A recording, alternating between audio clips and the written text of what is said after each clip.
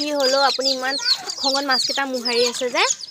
নকবি আৰু আজি একদম মানে মোৰ বহুত খং উঠি আছে জাননে কালি হেৰো সেই ডালিমিয়ে যে খালে গৈ বুজিছ হয় নেকি খালে কিন্তু মোক যে একেবাৰে কি আনিবলৈ খাইছেহি জাননে শুনিছ আৰু বেলেগৰ মুখেদি কিন্তু জাননে মোক যে এঘৰা খাবলৈ নামাতিলে মোৰ বহুত মনটো বেয়া লাগিছে কিয় জাননে কত সোপা ধান দালোগে মোৰ এই কমৰটো যে বিষত এতিয়া মই একেবাৰে বহিবই পৰা নাই কিন্তু যেনে তেনে আজি মানে খঙতে বহিছোঁ আৰু তলত এনেকৈ খঙতে বহি লৈ পিনে এই আছা দেখিছ কাৱৈ মাছ আনিছোঁ এইফালে পুঠি মাছো আনিছোঁ কেইটামান আৰু এইফালে চাহ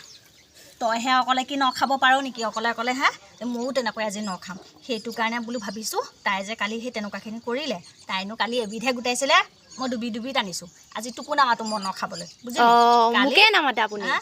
তই আহিবি আকৌ তই আহিবি তোৰ কাৰণে থম দে এই মই সেই ডালিমিৰ কথা কৈছোঁ অত সোপা ধান মোক মৰা লাগে বুজিছ গোটেই সোপা ধান কাটিলোগৈ মাৰিলোগৈ